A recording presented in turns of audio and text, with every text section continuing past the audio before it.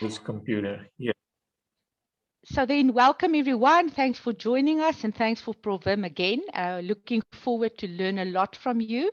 And the house rules are there. If you have any questions, raise your hand, and please keep your microphone muted. And then looking forward, Provim. I'm going to stop sharing now. There you go. Okay. Right. So this will come up now. Okay. Right. I wanted it to be, to show up as a presentation, but then, wait, let me do that.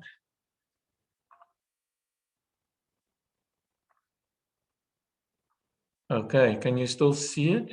What do you see? Do you see the main screen, or do you see what I see? I think we see what you see. We see the main screen and then the smaller slide one on the right-hand side. Yeah. Yeah, that's not what I want to do. Okay, I'm going to work with it like this, if you don't mind. No problem. Okay. Colleagues, so thank you for attending this session, and I'm looking forward to it because I think I'm very passionate about this whole prospect of doing experimental research in social work, and I think we need a lot more of it. So, so I thought let's do a bit of more detail about it, and get input also from your side as to tips and guidelines and things that you think one can do to help make these types of studies viable and really exciting. So the background is that I think we do not do enough experimental or quasi-experimental research in social work, and we definitely need more of that. I've heard that some colleagues and students say, but it's very complex, and therefore they avoid doing it. And I've realized that actually these designs are very simple, but they require a lot of precision.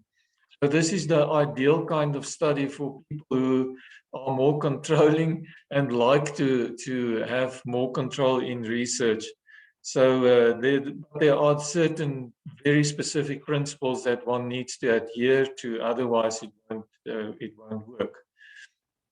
So the purpose is really to clarify the elements of the experimental design by looking at what must the intervention look like, what must the measurement instruments look like, how do you do the analysis, and then we will demonstrate this by means of an example, and we will also discuss two quasi-experimental studies in social work that I was involved in, just to kind of give context to it and make it come alive. So let's look at the basic principles of experimental research. Experimental research means that there has to be some kind of intervention that is tested on a group of people. So the intervention part of it is a deliberate program, a set of sessions.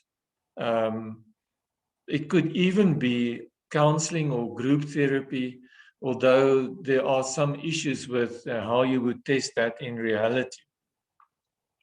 But more about that later then. You are interested in determining the relative impact or effect on a specified group of people.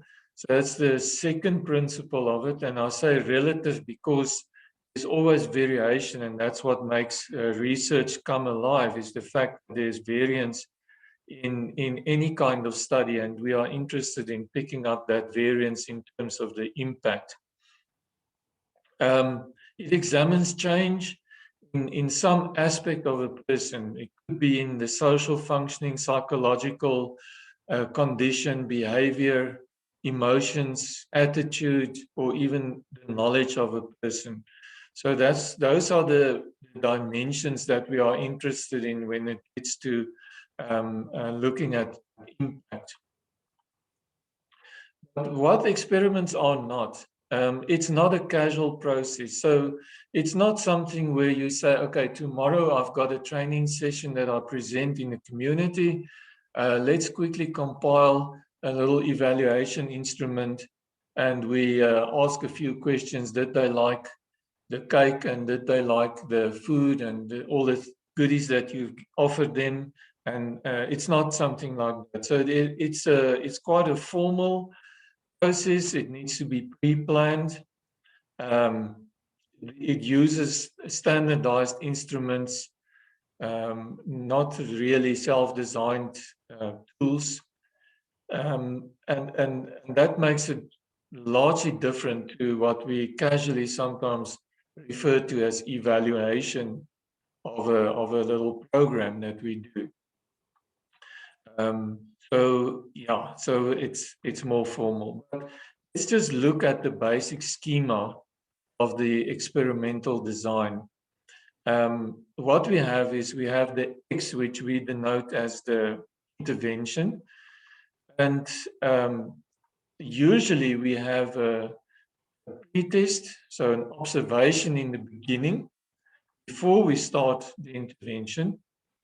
And then also there is a post-test or an intervention, post-intervention assessment or observation that takes place. This is the basic model for experimental research. So the question is, what is the difference between experimental and quasi-experimental? We need to think of experimental as the more gold standard. The random control trial, or RCT, is the most precise way of doing experimental research. So there are a couple of designs before we get to, you know, the differences between quasi and real experiments. So let's see this also as a hierarchy of sophistication, so to speak. The most elementary form of doing an experimental study is by means of a post-test only design. So in this instance, one would just do an observation at the end of the program. The problem with design in that fashion is that it's kind of primitive, because you don't know what was the baseline condition, what was the situation at the beginning before the person joined the program. You know, where was he at? And you only have got the post test as your main piece of evidence. So not knowing what the precondition was, it's actually very difficult to make assumptions regarding your program or the effectiveness of it in terms, or the impact of it on any aspect of the person. So the next one in the hierarchy is the pre-test, post-test design, where you now fill that gap by means of a pre-test as well as a post-test, and you have a basis for comparison. So at the baseline and at the after the program situation, you can at least compare that. In the control, with the control group added, you add another dimension, and that makes the study a lot more powerful, because now you can compare your findings for your experimental group with that of a control group. The other option that is sometimes used is a comparison or a reference group. In such instances, you do not have access to a control group. A comparison group or a reference group from the community can also serve as an additional source of data for comparison purposes. But the most sophisticated and higher level group is the Solomon 4 group. In this instance, you would have like 2 experimental groups and 2 control groups, and you do various observations with these groups during the course of your whole program. So it just depends on how you set it up. But now, what is the difference then between an RCT, or a random controlled trial, versus a quasi-experimental group? The biggest difference is in the allocation of your participants.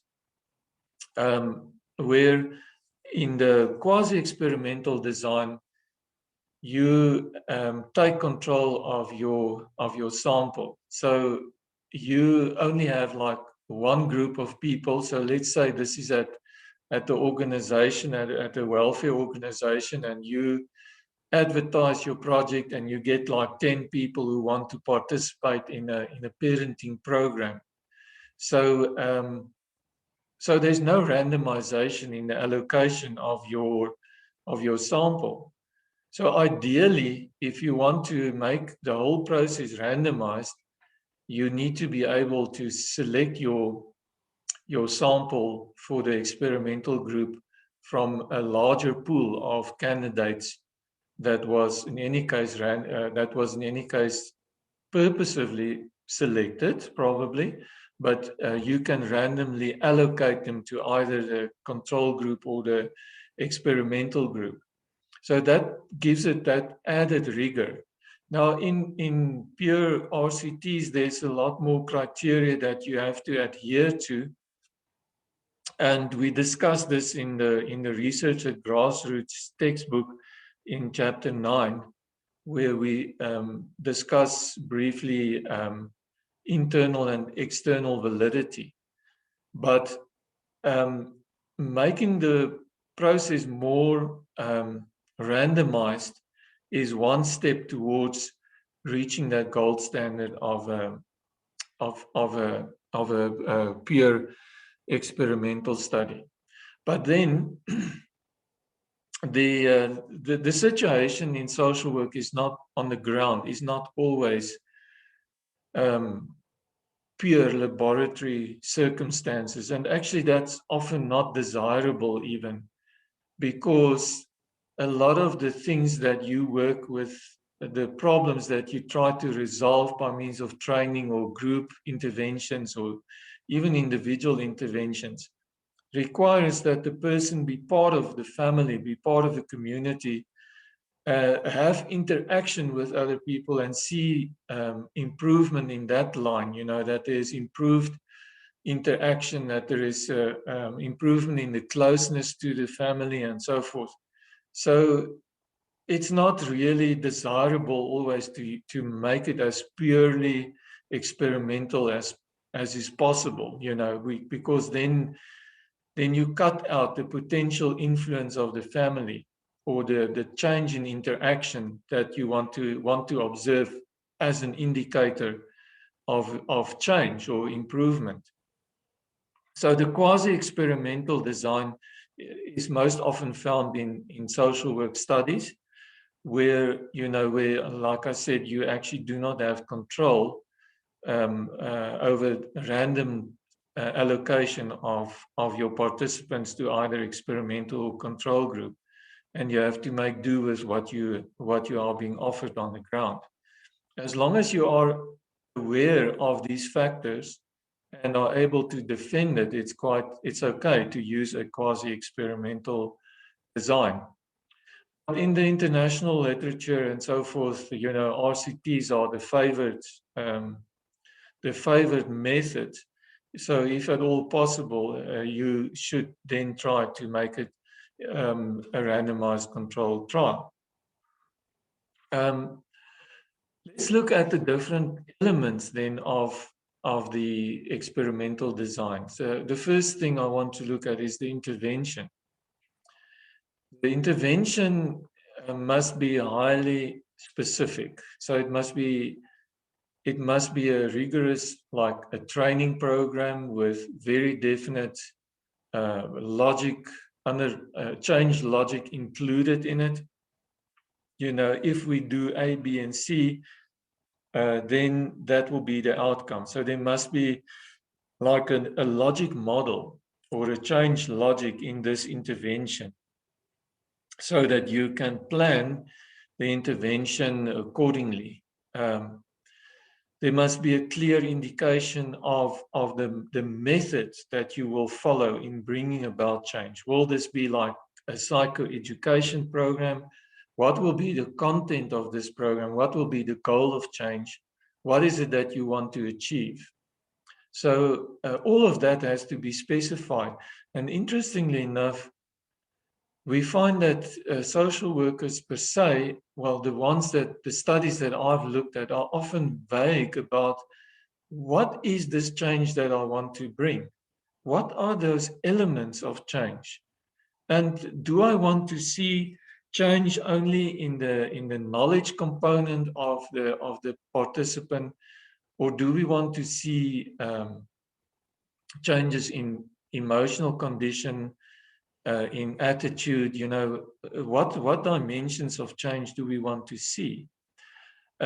So what we try to do with our fourth year social work students is to teach them, to be aware of exactly how you compose your program in order to ensure that, those elements are present. If they are not present concretely as this, the program cannot be replicated in different situations. So as you will probably realize, the trainer or the presenter of the intervention plays as big a role as the contents of the program in bringing about that change. So you might find that a group does not bond very well with the presenter, and that can have an impact on, on the effectiveness of the program, or how they experienced it at least.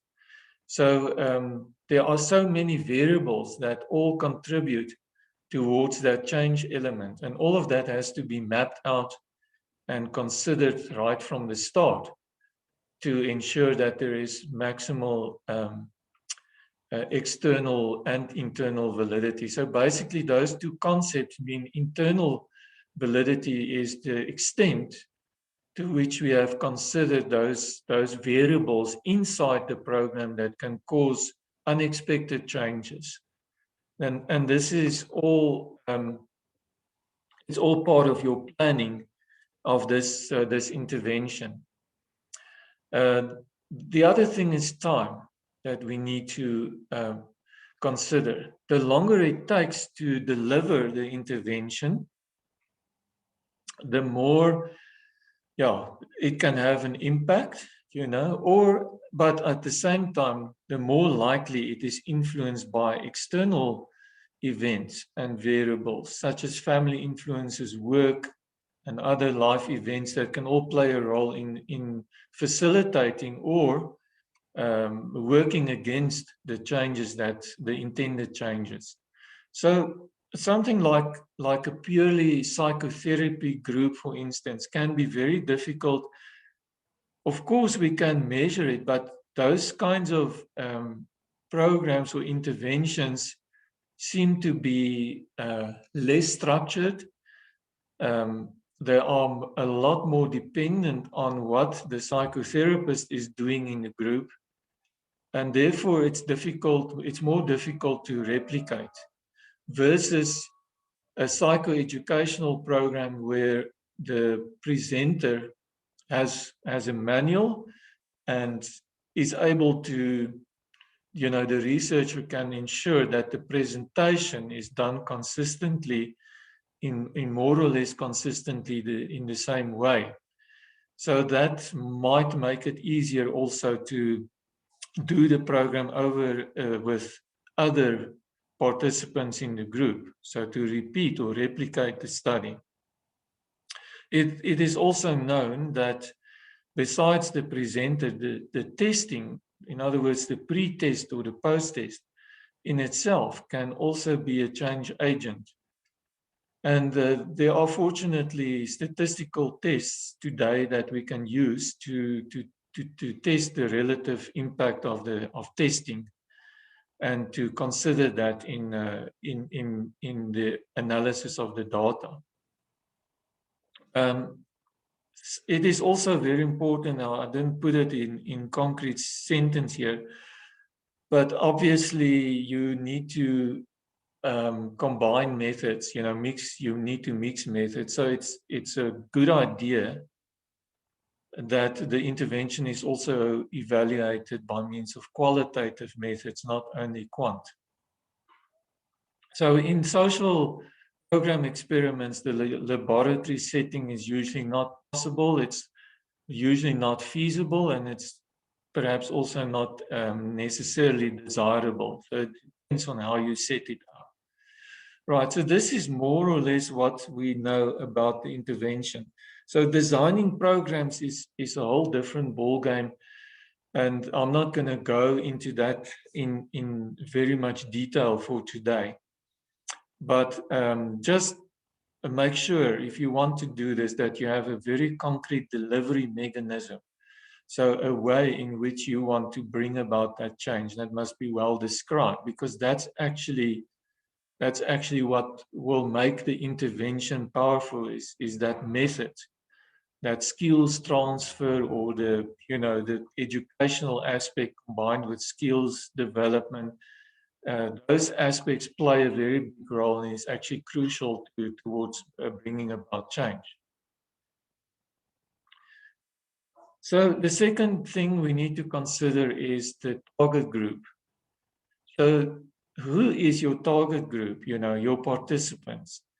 So the quasi-experimental or experimental design is applicable. You can use it with small samples, and that's probably one of the main differences between this design and other designs, is that this one is most often done with small samples, 5 to 10 people per group, let's say. That's very often used, and actually that's what we should be able to do in practice, is to use smaller groups. It's ideal perhaps to run an experiment on 100 or 200 people, and that's perhaps still the ideal, but you can do it in small groups where you have limited numbers of people available to participate. What we know about the target group is that they should be homogeneous. So purposive selection of participants is also not uncommon. So as an example, a group of parents who experience parenting problems, you may very effectively include these people into an experiment, as long as you are able to allocate them to either the experiment or to the control group in a random way. Then you improve the whole story. You also would find people who volunteer to be participants in a program or an intervention. You have to assess them, and you have to screen your participants prior to their participation. That's my view, in order to see if they all adhere. Where are they at the beginning, at baseline? Do they qualify for participation in your program or not? It's not just a thumbsuck thing, a self-reported, or, you have to screen them to make sure that they fit the criteria of your program and that they qualify for participation. We also need to distinguish between clinical and non-clinical groups. I know at our university, the ethics committee is like very critical of these kinds of groups, and they always want to know whether your group is clinical or non-clinical. They want to see measures that you take to protect clinical participants. So these are people that have an inherent risk, of emotional breakdown or some kind of condition developing, because your program has not been tested, and you are testing it. It sometimes poses an ethical risk to subject people like that, who are clinically at a risk, to an experimental program. So there must be like backups that you can bring in, such as a counselor on standby, or additional interventions or individual counseling that's offered to your clinical participants, so that they, if your program causes damage, which we hope it doesn't, you can always pick up on that, and you can support the client through the process. Then usually your ethics committee will be in favor of the study. Of course, with non-clinical groups, the risk is much lower, and it's possible, to have less supportive measures in place. So, in considering the participants for your experiment, you have to weigh the risks against the benefits, and arrange the protection of participants if necessary. So your participant selection must be accurate and uniform. You must use like an assessment scale or instrument to ensure the group is consistent at the baseline. So later on I will explain, that you are interested in finding a lack of difference between the experimental and the control group. Because they are two groups, so they need to be more or less the same. So you don't want to have significant differences at baseline between these two groups. Sometimes we use the waiting list approach to lower the risk of patients or clients missing out on the treatment. Okay, so this is what the target group looks like or should look like, and these are some of the considerations you need to take into account when you select people for your program. What about the measurements? As I've said before, it's my belief, I'm sure there may be other people who think differently about this, but I think it's essential that you use standardized instruments in experimental research. Not any self-developed or untested scales would be desirable. Since you are going to the trouble of trying to find support for the hypothesis that the change that took place in the participants was due to your program, it just makes sense to use standardized instruments that have been tested and have been validated in other studies to ensure that you are using measures that are at least recognizable as measures. So, the choice of scale is as important as all the other facets that we've talked about. You need to make sure what is it that, and that's why your intervention must be specified so clearly, because the scale must couple up to that. It must connect to the change process that you envisage in your program. So the scale must be sensitive enough to pick up or register changes, to register change in your samples. If it's not sensitive enough, it's not going to identify if changes occurred or not. It must be specific enough. So the scale must reflect the content elements of your program very well. So let's say your program is about, let's say, conflict resolution skills.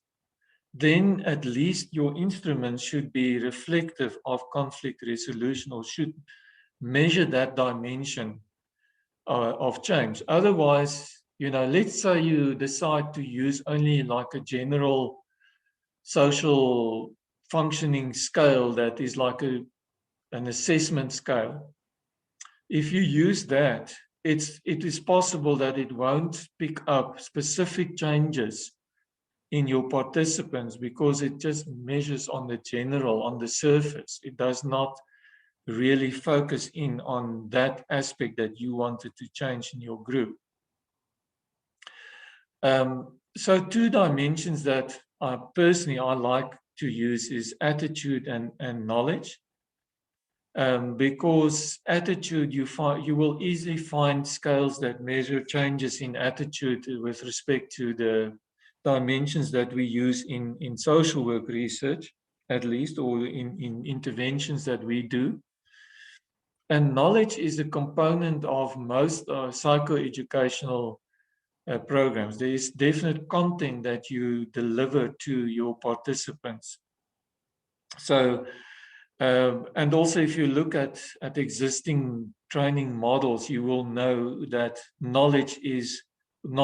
gaining knowledge is part of empowerment, and it helps people to change their attitude about aspects in their lives, and that eventually leads to a change in behavior. So for me, these are like two key aspects. The other thing about your measurement scale is that it's best, especially if the whole study is about testing and intervention, that you use multiple scales and not only a single scale with a single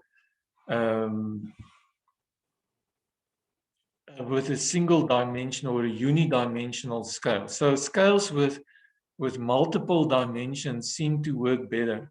In the one example that we will discuss at the end, it was a PhD study where the student tested a program called the Rhythm of Life. It's a diversion program for youth in conflict with the law.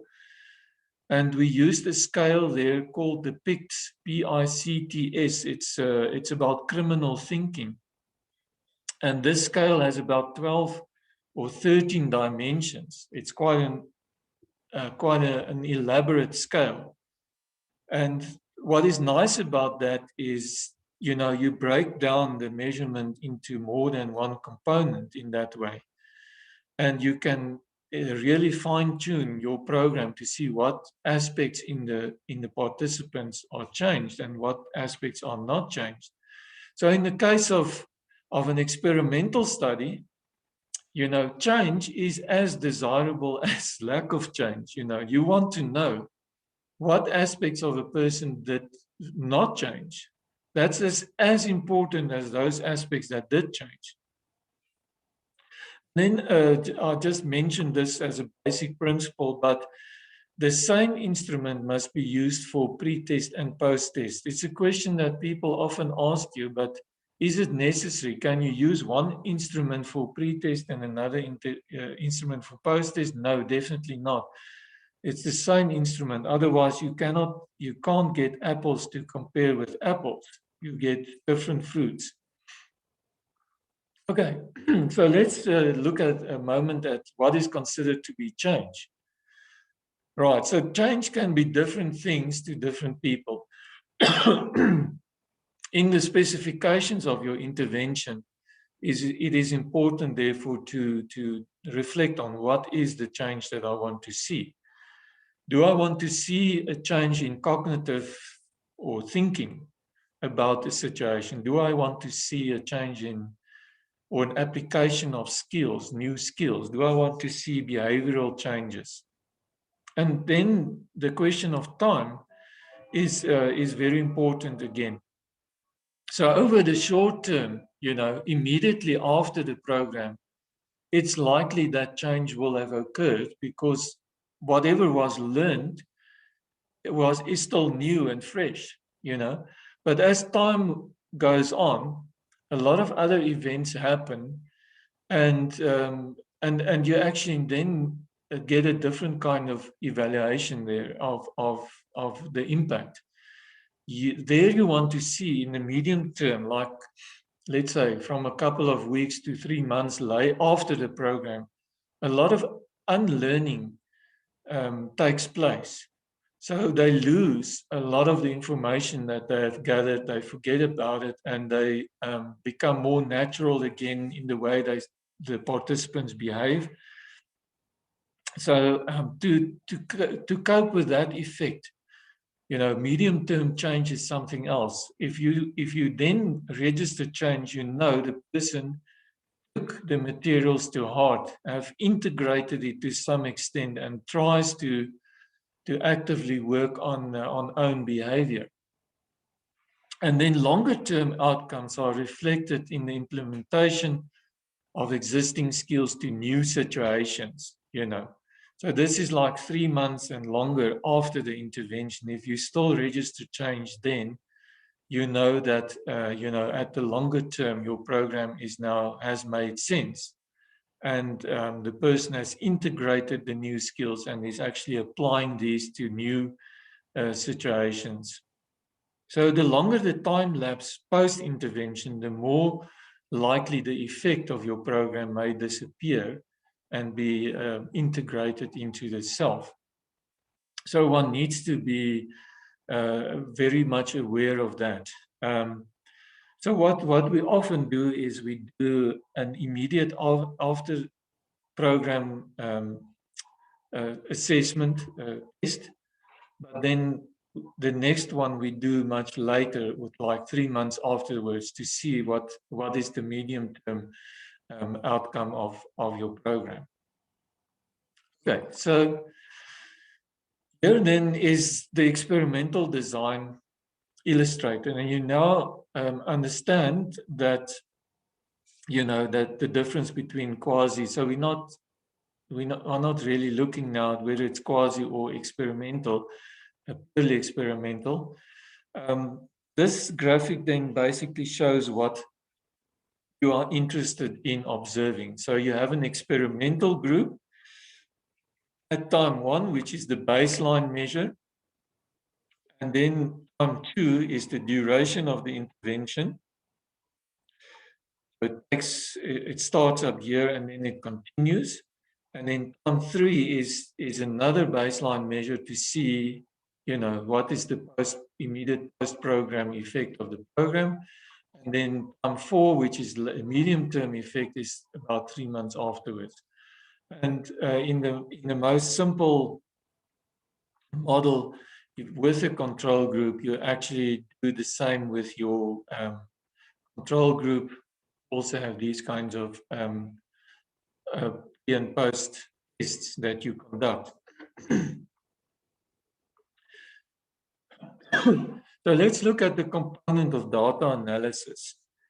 Because you use small, usually you have small groups of participants, so the sample is small, invariably you will use non-parametric statistics. And because the sample is unlikely to be normally distributed, and that in itself warrants the use of non-parametric techniques.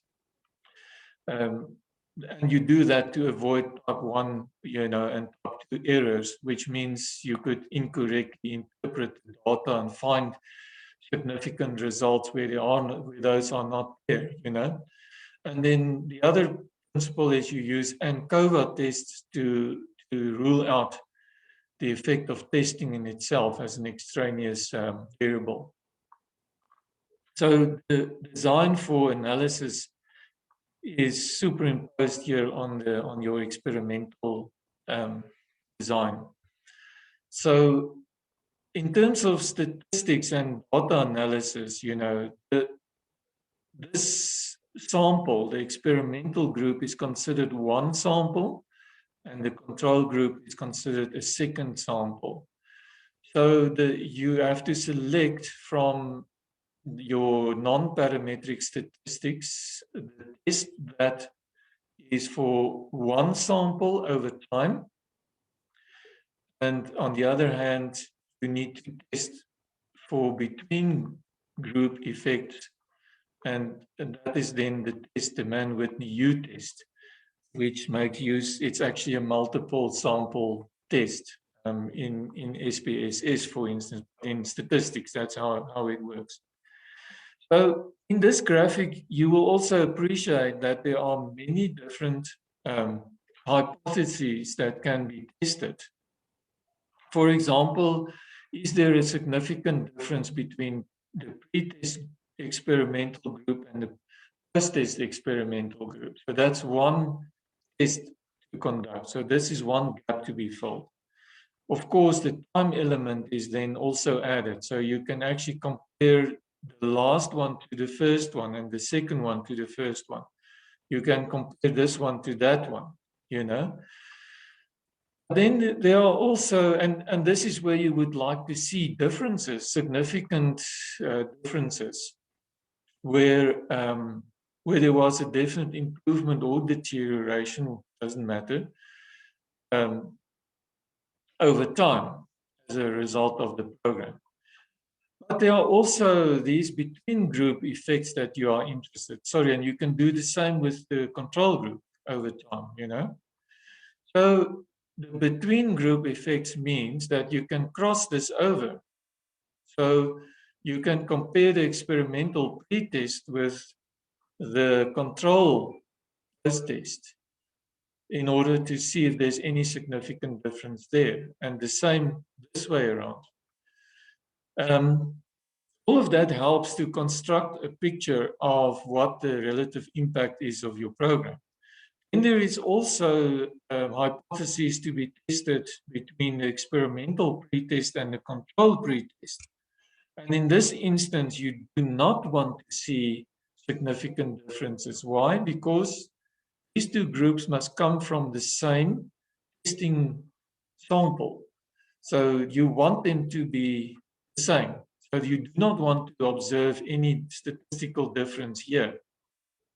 But here you do want to see, that your experimental group has improved.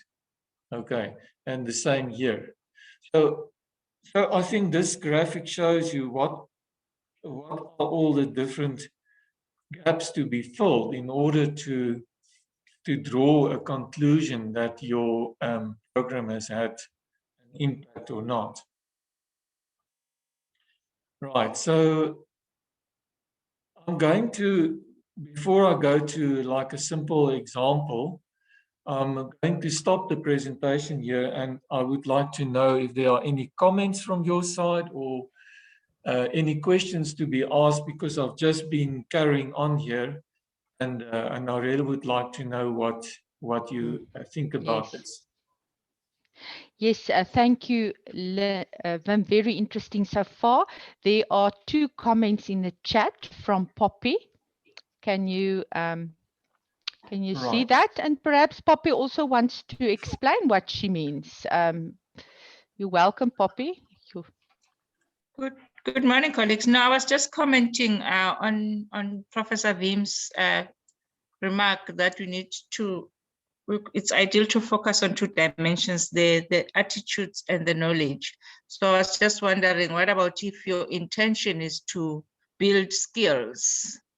Would that be a possibility to include as a dimension? Yeah, definitely. You know, skills are actually behavioral samples where you have you've trained a person in a skill, and you would like to see a demonstration of that skill. Now, that is, you know, there are different ways in which you can test that. And we have to be like pragmatic in a sense. In that's probably the one situation where you are allowed to use a self-developed scale in order to do that. But skills are demonstrated, you know, behaviorally. So it would not be a self-report instrument. You know, it will be like a rating scale. So let's say you have taught a person the skill of effective conflict resolution. So you could observe that by means of having like a 5-point scale on various aspects of that skill. Now, the various steps that the person has to follow in applying that skill. And you need to have like 2 or 3 raters who independently observe that person's behavior in either a real life or well, actually not a real life, in a like an experimental or a case situation, a made-up situation. That person has to demonstrate to you how he or she will respond to a situation, and you then have these raters do the ratings on this self-designed behavioral rating scale. So in that way, you are still able to compile scores, you know. And I know this is quite popular in psychology. There are actually many designed rating scales and systems, rating systems that can be used to test skills in laboratory situations. So yes, that can be done. It's not impossible as long as you have a scale that you can use to get measures from and numbers. Okay. I Thanks, don't know, Prof. there are some colleagues here who can add to that, I'm sure. Yeah, but that's how one would do that. That's a very interesting question. I actually haven't built it into this, but observing or using a rating scale where you do observation of your participants is actually quite an effective and easy way. And you do get, with some skills, you do get standardized scales. The other thing is with knowledge gains. Knowledge, there are some standardized knowledge scales. For example, in the field of HIV/AIDS knowledge, there are some of those scales on the internet that can already be scored and all of that. But for most of the content that we use in social work, we have to design our own ones. Now, designing a scale is, of course, a topic for another day. But just as a basic guideline, what you need to do is to test it prior to using it in your study by means of, you know, getting input from other colleagues who check whether your knowledge questions are actually reflected in your program. So there is a bit of a process to design a scale like that, and not a scale, a test. So a knowledge scale and a knowledge test is two different things. The test part is physically like we will test our students. You know, you give them a mark for their answer, and you have a memorandum to check it against, and you can use 2 or 3 raters again to make sure the results are acceptable. Okay. Yeah, I think thanks, Prof, for explaining that. I think the other comment was just a follow up to that same comment about when the intention is to develop skills. That if the skills are to address a behavioral problem, you then not measure immediately. You'd probably measure after a longer period of time to see whether there has been indeed behavioral change. Yeah, that's exactly. As a result of the intervention. Yeah. Yes, definitely. So what you would test immediately after the program is whether the person has acquired skill in a lab situation. But that does not say the skill has been integrated and is made part of their functioning. Yeah. You know, that you would have to measure over a longer period of time. Sure. Yeah. Yeah, fantastic. I like that. Thanks for that question. I really appreciate it. This is so fascinating. Do you agree with me? I mean, it's such a challenge to figure out how can we do this in a valid and you know, in a scientific manner.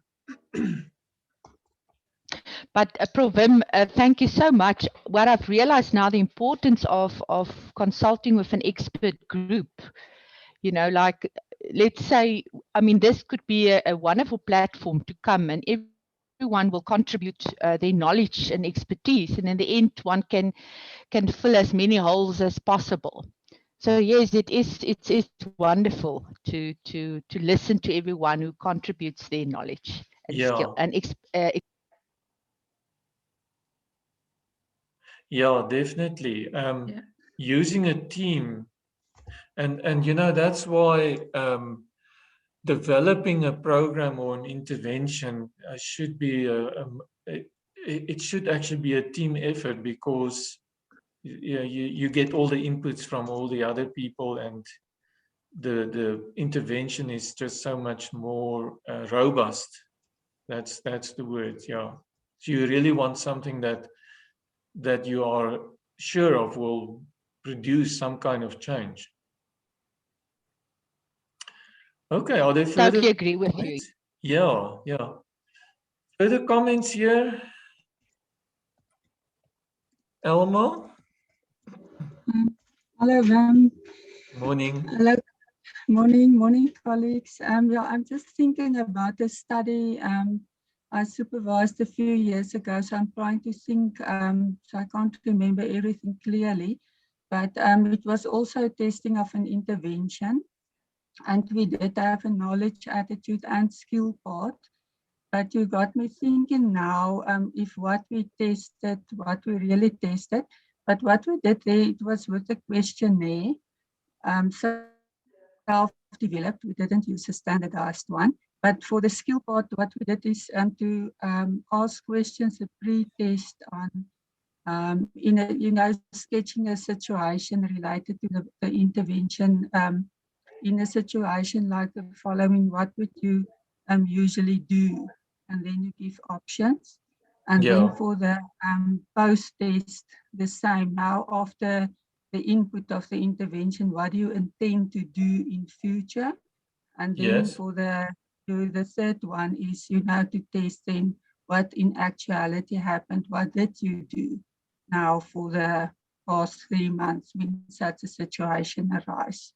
So Right. that is how we tested it. So I don't know if that is really skills, but it is behavior, but it is sort of intended behavior. And then, and it's also self-reported. So I don't know how valid or reliable it is, but that's how we did it. Yeah. Look, I think we must realize that in our science, there are compromises. This is not like a medication where you can objectively test the effect of a medication on a person by means of blood tests and things like that. But so we are always faced with some compromises in our science. But that for me makes sense. But what I do think is, it is self-reported, as you say, and subjective, and we cannot deny if a person thinks after 3 months that he is now managing a situation like this and like that, that it is like that. We cannot say, well, this is not, we can't believe it. But I always think the challenge for us is to supplement it with objective measures. And that's why a standardized scale is so useful, is because you will find that there is a body of knowledge that attests to the validity and reliability of that instrument. So always mixing or triangulating your method adds to the value of this. For example, let's say your example now where it's self-reported application of the skill. If you supplement that with another scale that measured, let's say, cognitive ability to solve problems or whatever, or a self-perception scale, and there is correlation between the results, then you know that your procedure for evaluating behavioral change did work and is reliable or not. So all of that helps if you triangulate your method of observation. Yeah. But thanks for that. That's really useful. Sometimes my students will say to me, okay, I've developed this knowledge test now. Please have a look at it. But the knowledge test can be misleading, because there's a difference between whether you think you know and whether you really know. I can think that I know what is HIV/AIDS, but my knowledge may not be up to standard. So sometimes people will design what they think is a knowledge test, but it's actually whether the person thinks he knows about it. I don't know if I'm making it clear, but if I say to you that a question, if I throw a question at a participant saying, HIV/AIDS is spread by means of pollen, true or false? That is a knowledge test, because now the person has to apply his cognitive thinking, and he has to indicate whether he thinks it is like this or it isn't. But if I ask you, do you think you know how HIV/AIDS is spread? And you say yes, it doesn't test your knowledge, it's actually whether you think you know. So that is the difference. Your knowledge test has to really embrace knowledge, and it must test knowledge by means of, that's why I say it's very much the same as we would test knowledge in students. Any comments about that, or are you happy with that?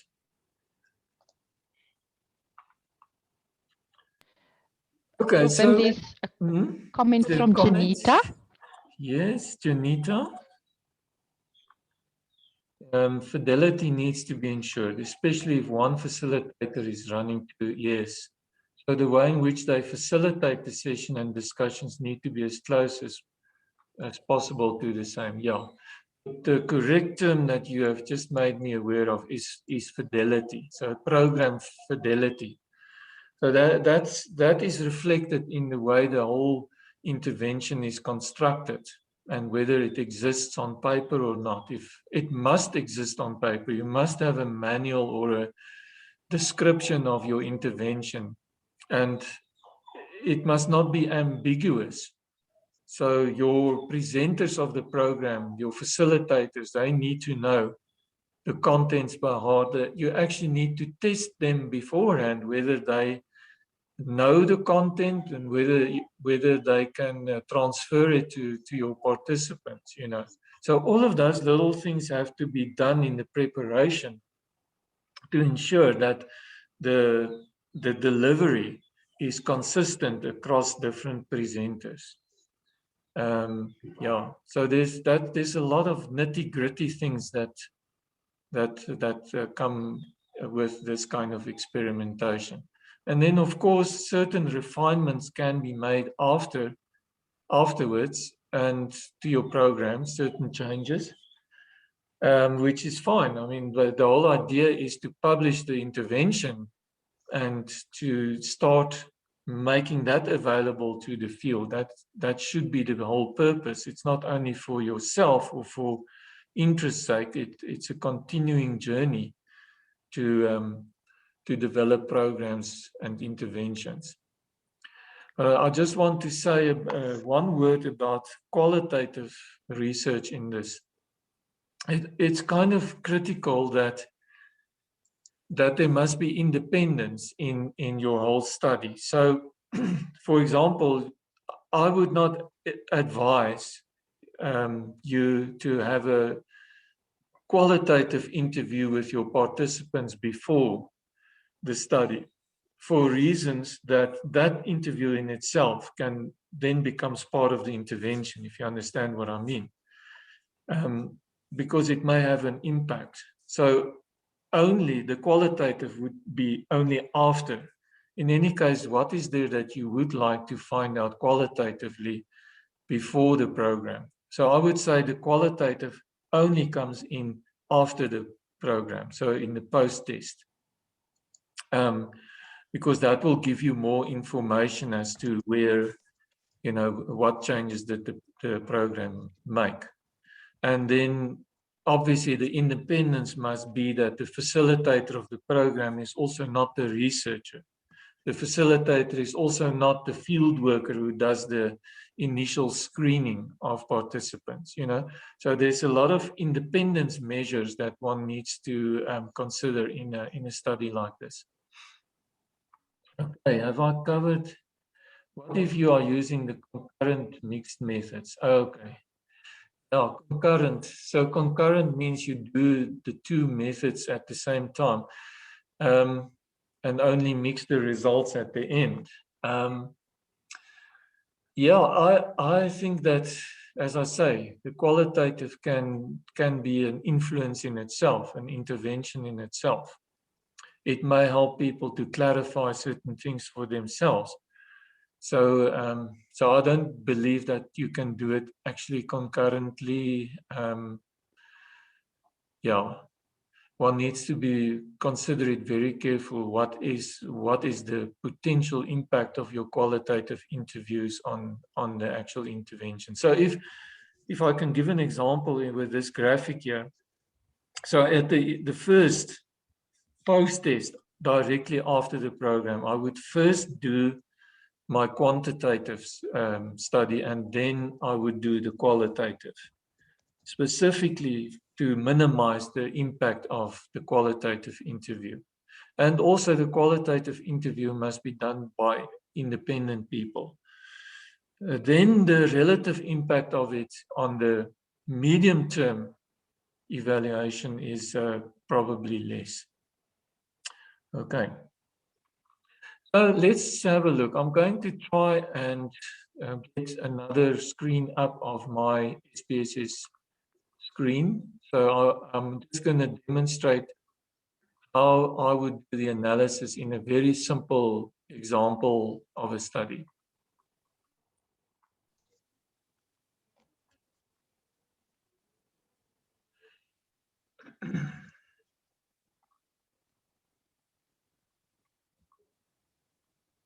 Okay, I'm sure you can all see it. This is a hypothetical study that's only used for an example. It's not a real study, and I've actually manipulated the data to make it work and to demonstrate certain concepts. So this is the so-called cancer study. So basically what this study does is it's not a social work type of study, because social work studies are a little bit more complicated because of all the dimensions. This is a very simple one to illustrate the principle of comparison. So what we have is a number of variables. We have a treatment group here. What the study is about is it is a study on the potential impact of aloe juice in cancer patients that have that develop oral conditions as a result of chemotherapy and so forth. So what this researcher is trying to test is whether the use of aloe juice for mouth sores associated with treatment, whether that reduces those infections and improves oral condition or not.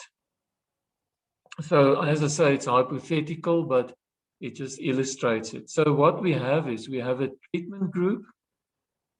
I actually want to see, okay, yeah, we have an aloe juice group, which is the experimental group. These people are using the aloe juice, and then we have, as group naught, we have a placebo treatment. So they just get Smarties or whatever else as a placebo to see if that has any impact. So there are the other data that we gather from our participants is the age in years, which is a continuous variable. And we weigh them at different stages, initial stage of treatment. And then we also record the cancer stage that the person is in, initial, semi-initial, advanced, non-advanced stage, or terminal stage, as you can see here.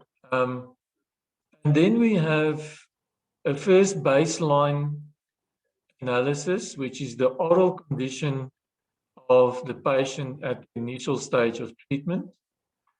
Let's say, I'm not actually sure what kind of measure, but there is a measure that was used, a standardized measure to test the condition of the mouth and to get a distribution of how densely those sores are in the mouth of the patients. So, and then we have, after 2 weeks, we measure the oral condition of the patient again At the end of 4 weeks, we do it again, and at the end of 6 weeks. So we have like a number of post-tests, a pre-test and 3 post-tests that are being done. And the data looks as follows. So this is the data.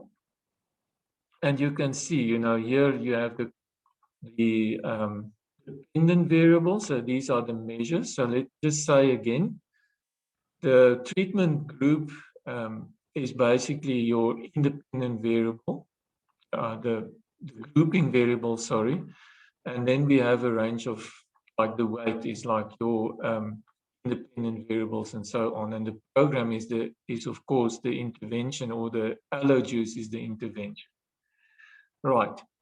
So this is a very simple, small data set. You can see there are 25 people in here, and approximately half of them, a little bit more, are then your placebo group, group 0, and then the other group is group 1 is the experimental group. Okay. So I said that we are, the first thing that we want to do is we want to see if over time there was change. So in order to do that, we first need to split our file into 2 and separate the experimental from the placebo group. Okay, so that's the first thing we need to do, so that we can compare within each group whether there was change. So we do that by splitting the file. So according to treatment group, and then we want to compare the groups. Okay. Right, so the groups will be based on the treatment group, the grouping variable. Right, so that's the first thing we do, and then we go to analyze. We go to non-parametric tests, and we use the one sample once. So I'm going down to legacy dialogues here, and we say these 2 are related samples. So they are 2 samples from the same group. Okay. And immediately the Wilcoxon sign rank test is indicated as the test of choice. So now we take our pre-test, right, and we compare it, let's say, to the immediate post-test, immediately after the program. Okay, what we will do, okay, I'm not going to do any of these options, and we want to have like descriptive statistics. Okay, good. So now we do this, and I hope you will. Can you see the output window if I put it up like this, or do I need to share it? Can you see it?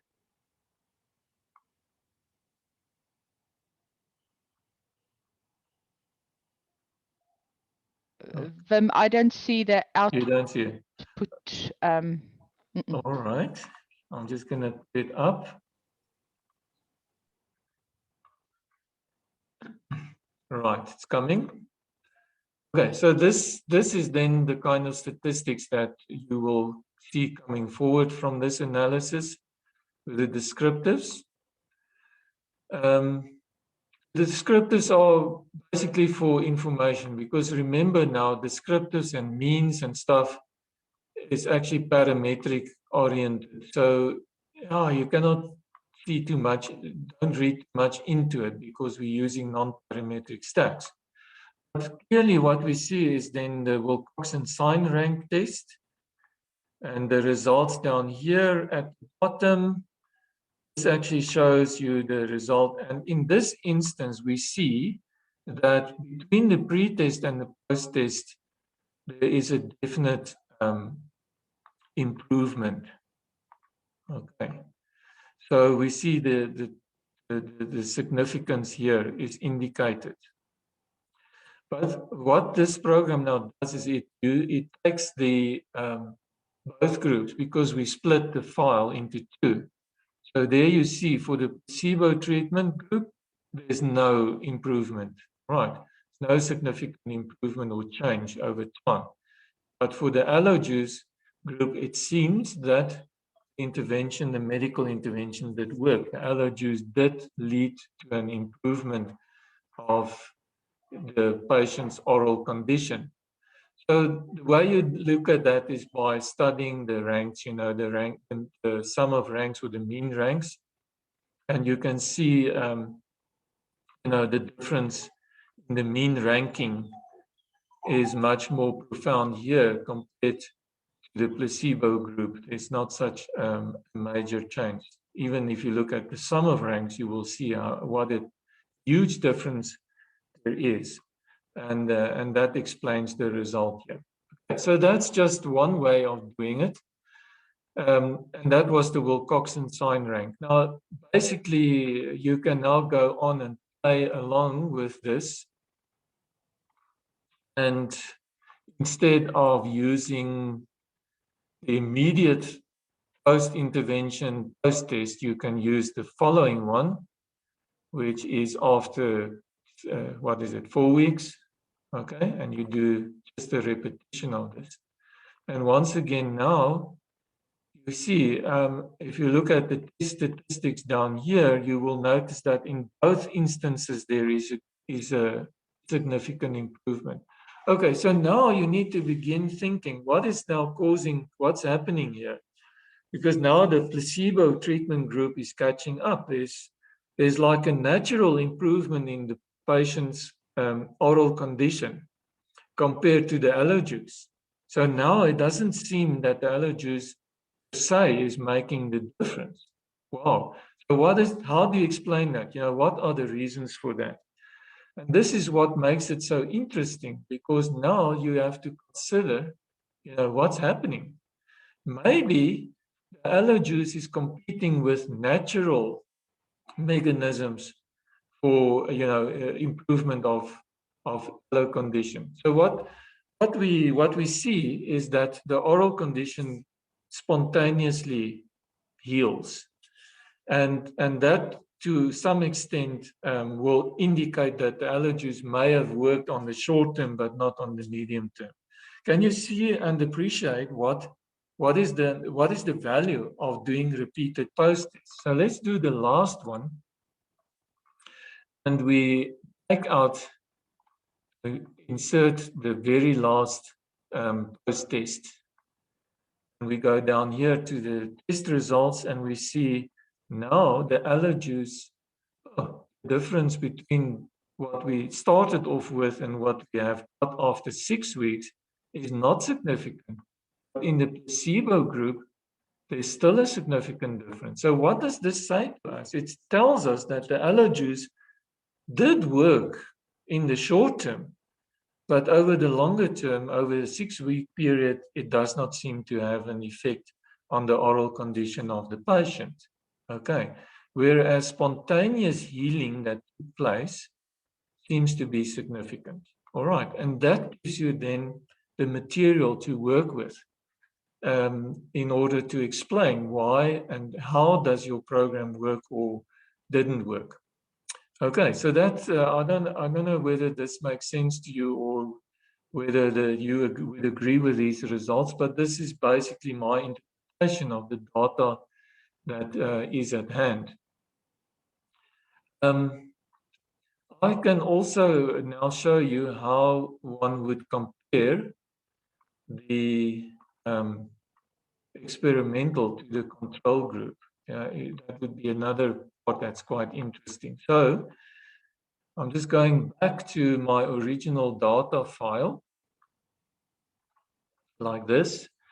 And what I do then is I remove the split. Oh, no, not this one. I remove the split, and then I say I want to analyze all cases. Right. So now that has changed back to normal. And now I go to my non-parametric tests and I say, okay, I want to compare two related samples, non-related, independent samples. Okay, so the grouping variable, it's based on the treatment group, you know, either a 0 or a 1. So I'm going fast over this.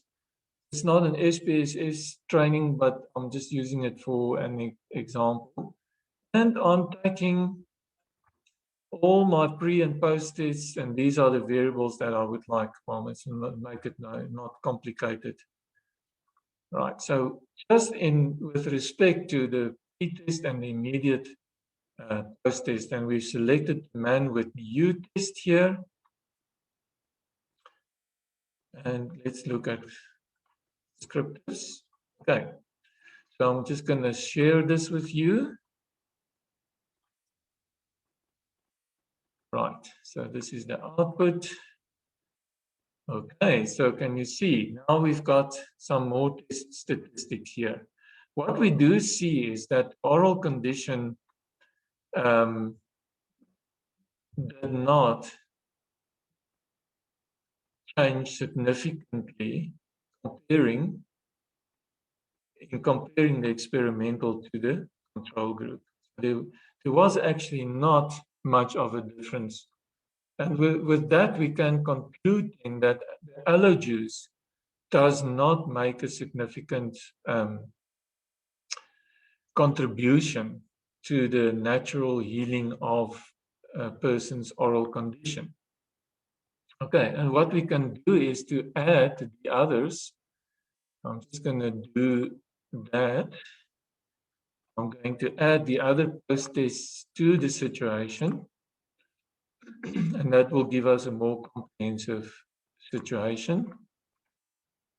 Right, we go down to the test statistics here, and we see that unfortunately the aloe juice did not make, there are no significant differences between the experimental and the control group. So that to us then explains that our intervention, which is aloe juice, did not significantly improve the patient's oral condition over time. Okay, so colleagues, this then was just a simple, let's say illustration of how one would do it. Obviously, when you do it by means of social work interventions, it becomes quite a bit more complicated. Right. Are there questions so far or comments regarding this little bit of analysis? I don't see anything in the chat. Perhaps there are colleagues who would like to verbally comment or ask questions. You're welcome to unmute yourself and pose the questions or comments to Wim.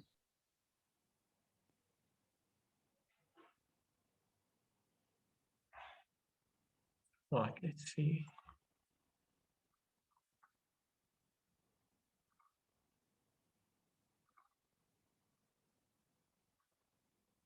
Okay, do you see any comments see from your side? I see Elma says that next time a social work intervention example would be nice. Just hang in there, Elma, it's coming. Okay, there's one colleague who had to leave. Right. Okay, so let's go on to two examples from social work that I will briefly share with you. The one is a study that I did in 2016. And this was an evaluation of gender-based violence interventions in Namaqualand.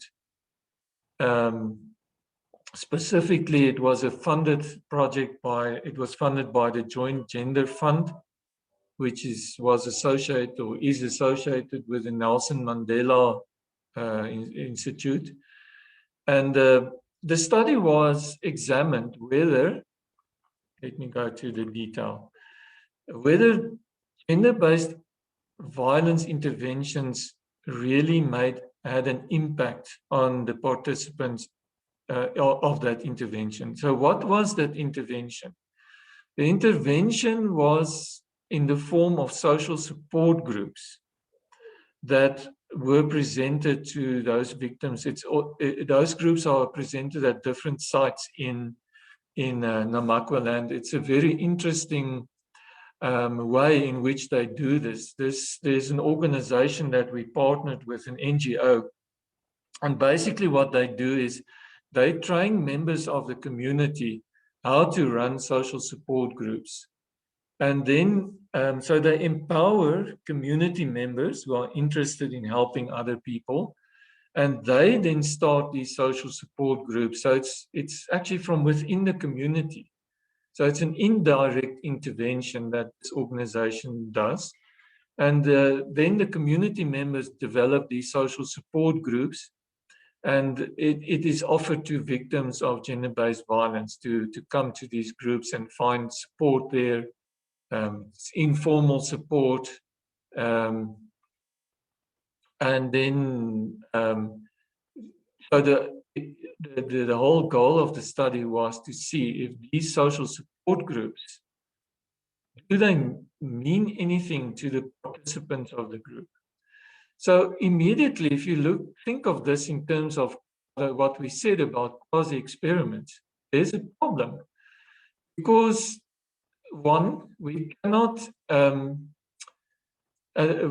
say that, we can't get people who have not been in the group and follow them over time towards the end and see how they were after the group. So we could not do a pre-test because the people are in the groups already and have been for a couple of years. So that made the study very difficult because now we had to do it retrospectively. So we assumed that the people who were in the groups, in those social support groups, have been exposed to the intervention for a period of between 3 and 5 years. And some of them were actually even shorter. They would have been there for a year or less than a year. But we're not concerned about that. So the design that was used was that we used a post-test only design. But now we wanted to make the study still a bit more powerful. So we improved the design by saying we want to have a control group. And the only way in which we could use a control group or identify a suitable control group was to use members of the community who were known to be victims of gender-based violence, but they were also known that they do not attend or did not want to attend the social support groups in the community. So that would become our control group. So obviously we could not randomly allocate people. Can you see that? So this is a quasi-experimental study. And the measures that we used was basically 2 scales, a social support scale. So it measured the level of social support that people experienced at that time.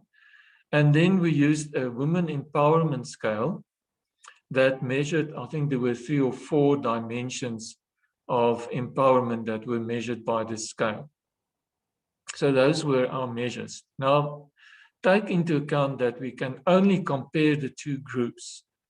And with the post-test, we were able to get a current profile of our participants. So the study rendered quite interesting information in the sense, and you can read it in that report, in the sense that what we discovered was that those people who are not members of the social support groups were on all the dimensions of measurement. So they were less empowered, they had less energy, they had less plans to make, than the group that were in these programs. So overall, we found, there wasn't a significant difference, but on some of the dimensions, we could observe differences. So that's kind of what we have to be happy with when we do social research. We will perhaps find that there is only on one dimension of empowerment, for example, a significant difference.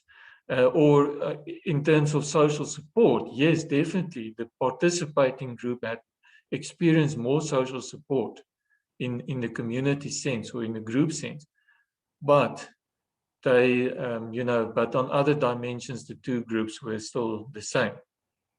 So that was one example of a specifically social work intervention that we evaluated this way. And the other one is the doctoral student that I spoke about earlier. And this is the impact of a diversion program on the pro-criminal attitudes of youth in conflict with the law. So that one is in the library of the Northwest, or the repository of the Northwest University. And so here is a bit more information about that one. So it's the Rhythm of Life diversion program that was tested. That was the intervention. It is a life skills program, specifically tailor-made for Department of Social Development for youth who are in diversion programs. So now, who are your participants? They are youth in conflict with the law. They are young people, 18 to, I think, 35. They have committed a crime. They have admitted to it. So they've been found guilty, and they've been committed to this skills diversion program as an intervention to see if their behavior can be changed. So this was, in a sense, a homogeneous group, because they've all been allocated to these programs by a court of law. So what we then did is we could do a pre-test. So our design is a pre-test, post-test group, and we used a control group in this instance. So the literature tells you that instead of no treatment or no intervention for your control group, you can use a lesser intervention. So that is an intervention that has less of an impact, but so it's considered inferior to this kind of intervention. And we chose to use as our control group similar candidates, similar participants, but they were exposed to the victim mediation program, or VOM program, because we considered that a lesser intervention, just for purposes of the study, to have something to compare the group to. But in all other respects, the group was the same. They were also found guilty and so forth. So remember that you cannot use a group of non-convicted or non-violent or non-offender young people, because it's not the same. The group has to be your population that you start off with needs to be homogeneous.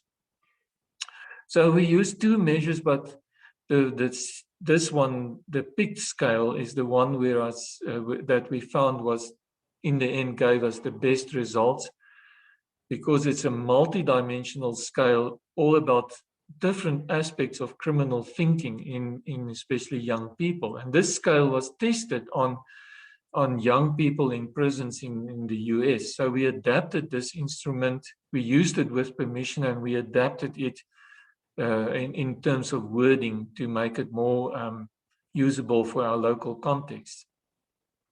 So we found from this study, the results showed that there were differences with regard to infrequency. So infrequency was the tendency to fake responses, lying, to say, oh, I didn't do it, or that person just came in the way and that's why I killed him. Those kinds of responses. So we found that this program succeeded in changing that dimension. Also, a sense of entitlement. One of the aspects of criminal thinking is that I'm entitled to do this. I can take justice in my own hands and, see to it that justice is served. So that sense of entitlement also decreased significantly in experimental group. Yes. We can't hear you. Your image is frozen at the moment. If you perhaps just can repeat the last 30 seconds. Okay, so can you hear me now? Am I back on?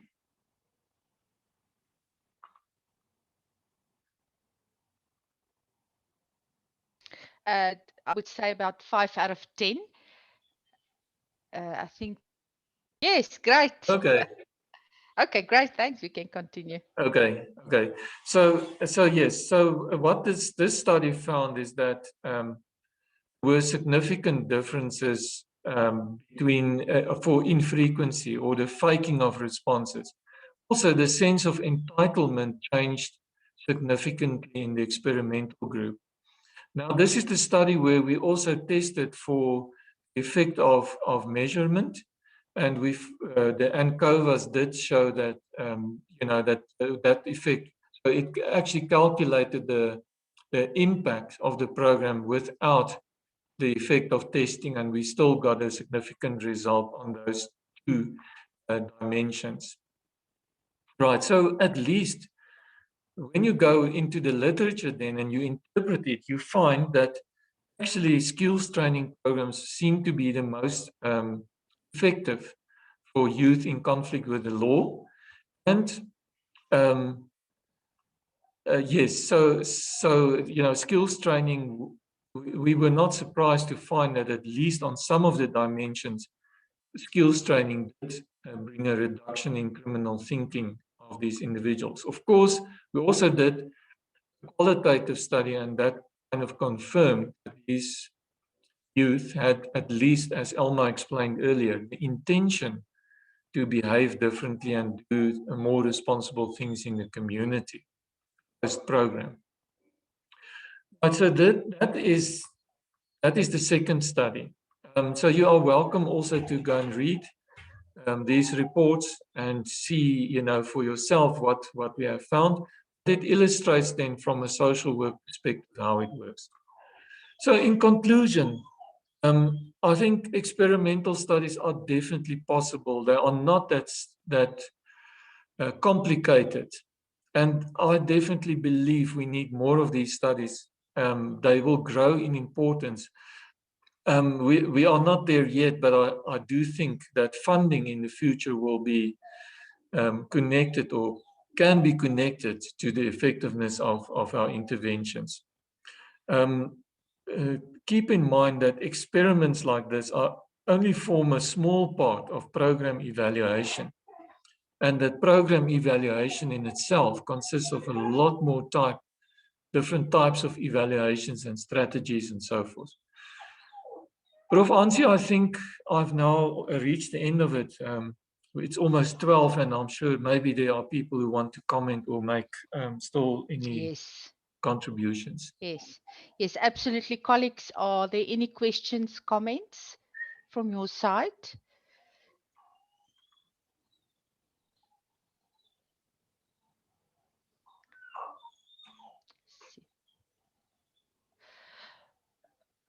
Prof. Wim, I just want to say, it is so wonderful to learn from an expert like yourself. I mean, it was very informative, and you really have a gift in explaining difficult concepts in a way, in a simple way. So thank you so much for that, and also for bringing in the SPSs and do the demonstration, because often people would perhaps understand the theory, but you actually showed us today in practice how does it work. So thank you so much for that. Anything from you, colleagues? Any questions, even a comment? You're welcome. You can either type it in the chat box or unmute yourself. I think people are still processing and reflecting. Yes. Yeah. Yes, I see there's some comments, people who express their appreciation. Thank you, Prof. Wim. Informative. Any chance we can get the slides? Sure, we can do that, and we will do our best to get this video processed as well. Yes. Yes, Prof. Ansi, I just want to say thank you, Wim. I think it was necessary to brush up on my skills again, or my knowledge. And I really believe that experimental research is necessary to show that certain programs do make a difference or not, because a lot of time and money goes into it. And if we cannot prove if it makes a difference, why do we do it? So thanks very much. I really appreciate this.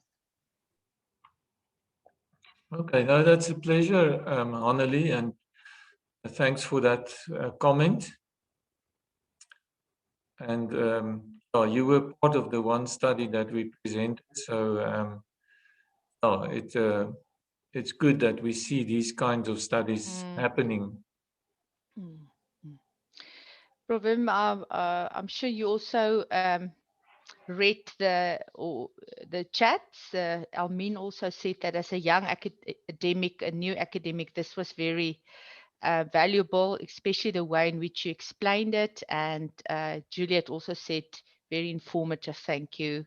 Thank you, Prof. So overall, thank you so much. And yes, colleagues, we hope to see you soon on another webinar. And again, apologies for the link that didn't reach you in time. We will next time try and do better. Thank you, Prof. Wim, and Okay. thank you, everyone. Take care. Thanks, colleagues. Thank you, Prof. Ansi, for your effort with this. I really appreciate it. Yes, thank you. Thank you so much, everyone. Take care, everybody. Bye-bye. Bye.